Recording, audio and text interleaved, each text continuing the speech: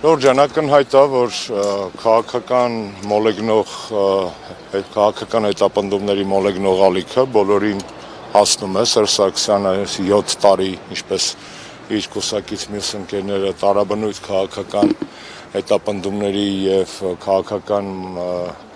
իմաստով շինծուքերական գործերի եւ դատական նիստերի մեջ են, ինչպես տեսակ այսօր այսպիսի օրեր մեզ մոտ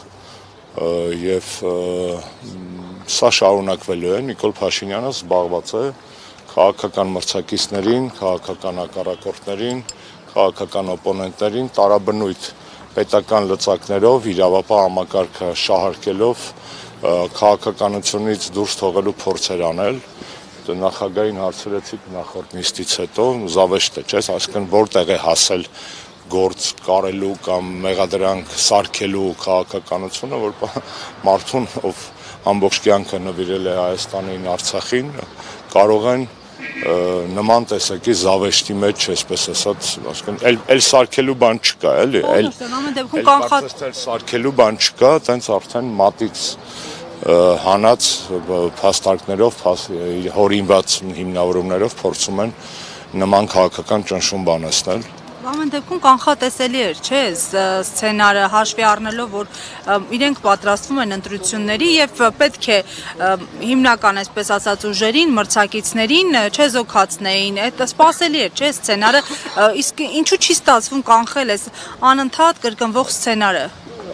Հակաժողովրդավարական զարգացումները Հայաստանում կարելի է կանխել երկու մեխանիզմով։ Մեխանիզմ համար առաջին իշխանազրկումն է Նիկոլ Փաշինյանին, իշխանափոխությունն է, ինչը չի ստացվում, այս պայդրությամբ չի ստացվում, ու ցավոք քաղաքական ընդդիմադիր ուժերի մի զգալի մասը ավելի շատ մտածում է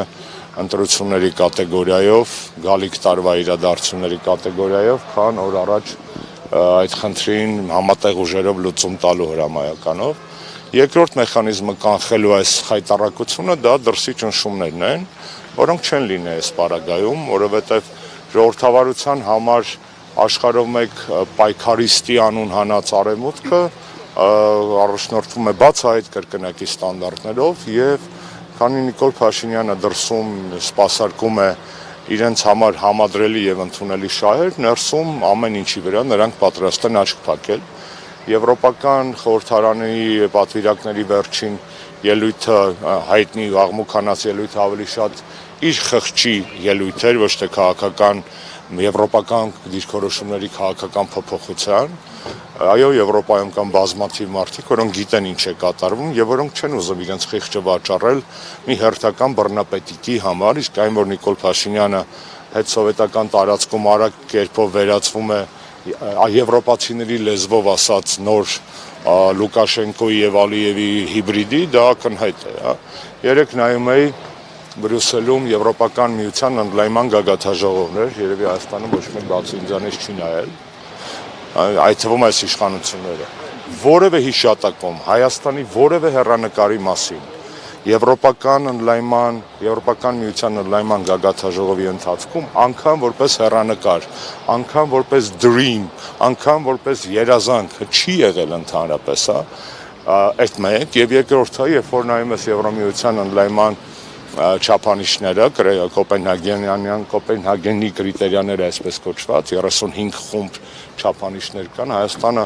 95%-ով ոչ միայն առաջընթաց չի գրանցել 18 թվականից հետո, այլ ակնհայտ են բազմաթիվ ոլորտներում հետընթացներ։ Եվրոպական հեքիաթը, որ պատմում են Հայաստանում միամիտ եւ լավ կենցաղի հույսով ապրող մեր քաղաքացիների համար, Հայաստանի սահմաններից դուրս փուչիկ է, նիկոլական հերթական փուչիկ, որի խաթր անգամ հիշատակում չկա, հասկանում եք, ոչ միտեղ 3.5 ժամ տևած սամիտ է, ոչ միտեղ մի հատ ձևի համար չեն ասել Արմենիա, որ սրանք էլ վերցնեն, ստեղ սկսեն իրանց տարաբնույթ քարոզչական մեքենաներով ասեն, որ տեսեք մեզ էլ են հիշատակել, բացարձակ,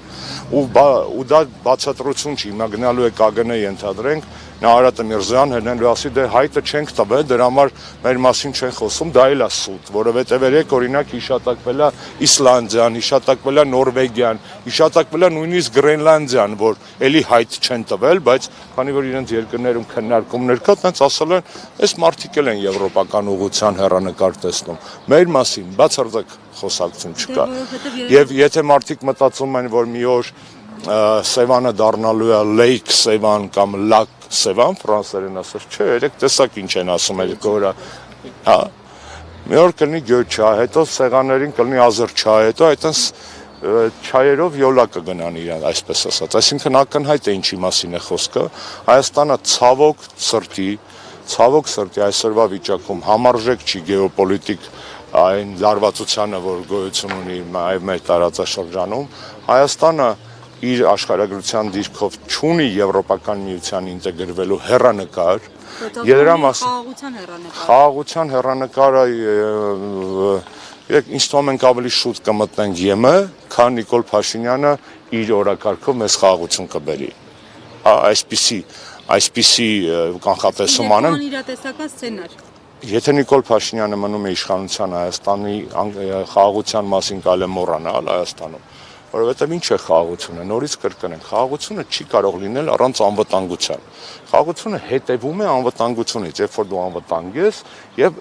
կարողանում ես խաղաղություն ստեղծել կամ մասնակցել խաղաղության ստեղծմանը։ Այս իշխանությունները խոսում են առանձին վերցրած խաղաղության մասին, որը բացարձակ կապ չունի անվտանգության հետ։ Ոնց կարող է խաղաղ լինել մեր տարածաշրջանում, եթե Հայաստանի համար անվտանգ չէ։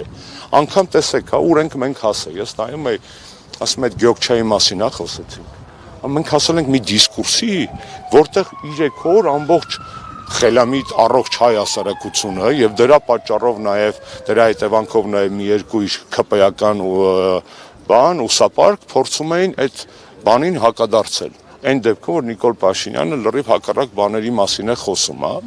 Այսինքն այս իրականության մեջ ստերի այնպիսի անդունդ են Նիկոլը ստեղծել փորել, որ ճողվում է, ընկնում է մեջը, հելնում է թափ է տալիս, բայց դեռևս չի պատժվել այս ամեն ինչի համար։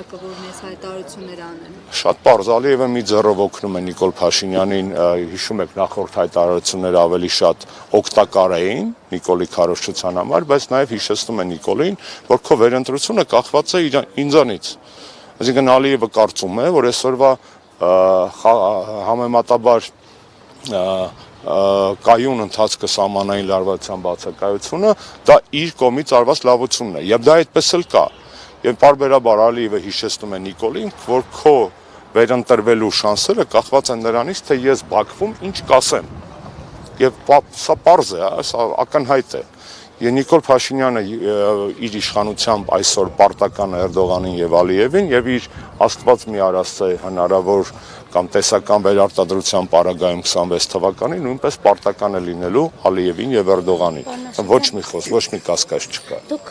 ձեր քաղաքական թիմը իմպիչմենտի գործընթացը ավելի արդյունավետ միջոց է համարում եւ ըստ էության քննադատում է այն ուժերին, որոնք ընտրությունների են սպասում, բայց Մասիսի համայնքապետի դեպքը Մասիսի համայնքապետը ընտրություններով ընտրված համայնքապետ էր եւ իմպիչմենտի տեխնացու հիմա կալանքի տակ չի ստացվում, որ երկու դեպքում էր Կներեք, ձեր հարցի մեջ երկու անճշտություն կար, ուզում եմ շտկել, մի օր բանստել պատասխանին։ Անճշտություն համար առաջին։ Մենք չենք քննադատում այն ուժերին, որոնք գնում են ընտրությունների։ Ընտրությունները անխուսափելի են, վաղ թե ուշ լինելու են։ Եվ երկրորդը, մենք չենք ասում, որ իմպիչմենտը ավելի արդյունավետ ձև է, մենք ասում ենք, որ իմպիչմենտը ավելի հրատապ ձև է լուծելու իշխանափոխության հարցը, որովհետև տեսեք, տարբեր բաներ եք հիմա ասում։ Կալանքի տակ է, ուզում եմ ասեմ, երկու դեպքում էլ, եթե իշխանությունը ձեր ներածական խոսքում կար ձևակերպումներ, որոնք մեր տեսակետների հետ առնչություն չունեն։ Իմպիչմենտն էլ է սահմանադրական գործընթաց, ընտրություններն էլ են սահմանադրական գործընթաց։ Հակադրել, կռվածնել այս երկու սահմանադրական գործընթացները անիմաստ է, խնդիրը պարզապես հետևյալի մեջ է։ Իմպիչմենտը հրատապ ճգնաժամային միջամտության գործիք է, ընտրությունները քաղաքական process-ների պերիոդիկության, պարբերականության գործիք են։ Պարզը չէ, որ մենք հրատապ իրավիճակի մեջ ենք գտնվում։ Մենք դրա համար չենք կարող ասել, որ մի պատրաստվեք ընտրությունների, որտեղ ընտրությունները վաղ թե ուշ լինելու են։ Մենք կարող ենք ասել եւ ասում ենք, եկեք միասին միջև ընտրությունները փոխենք Նիկոլ Փաշինյանին, իսկ անխուսափելի գալիք ընտրություններով ձևավորենք նոր ոչ թե անցումային, Դավիթ Համբարձումյանով, այլ նոր կառավարություն, այսինքն դա այդ երկու process-ները խառնել պետք չէ։ Այն, որ Դավիթ Համբարձումյանը կալանավորված է, մենք շեշտել ենք եւ հիմա էլ շեշտում ենք, որ դա հերթական քաղաքական հետապնդումն է եւ կալանավորումը, որ դա կապված է ինչպես այն հանգամանքի հետ, որ Դավիթ Համբարձումյանը impeachment-ի միասնական տեխնացու է առ այսօր, անցյալով չեմ ասում, այնպես էլ այն հանգամանքի հետ, որ անդիմադիր ընտրված համայնքապետերին հերթով փորձում են եթե ոչ սպանել, ինչպես Մերձավանի պարագայում, ապա փորձում են հանել քաղաքական իրադարձությունից, դաշտից։ Դա եւ Վարդան Ղուկասյանին է վերաբերում, ում նկատմամբ դժվար է մտածել, թե ես ունեմ շատ մեծ համակրանք, դա վերաբերում է եւ Մամիկոն Ասլանյանին, դա վերաբերում է եւ Դավիթ Համբարձումյանին, այսինքն Դավիթի պարագայում, ով Հայաստանի այս պահին վերջին թարմ քաղաքական բանտարկյալն է, աշխատել են մի քանի ֆակտորներ եւ Նիկոլ Փաշինյանի այդ դա մելիչնիություն էլ չի, դա ժուլիկություն էլ չի, չգիտեմ ինչ բառ ասեմ, նույն Սերժ Սարգսյանի վերադառնալով այսօրվա առիթին, այսօրվա երկու հրատապ նիստերի գումարումը նման առիթներով, նման ջիշովկայության հետևանք են, այսինքն լավ նստացնում է այս բանը։ Նախագահին 2 տարուց ավել դուրս չեն թողել, հասկանում եք։ Եվ իսկ այդտեղ կա նաև քաղաքական խնդիրներ, չէ՞։ Մեր կուսակցությունը ամենամիջազգայնացված,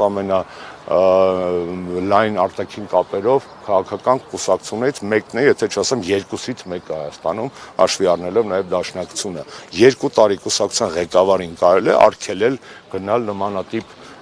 բարձր մակարդակի քաղաքական հանդիպումների։ Էլ չասեմ, որ ինձ էլ որպես իր տեղակալ արտաքին հարաբերությունների գծով նույնպես 2.5-3 տարի էին արգել, այսինքն ակնհայտ է, չէ, որ այստեղ կա հանրապետականին նաև դրսի հնարավոր կապերից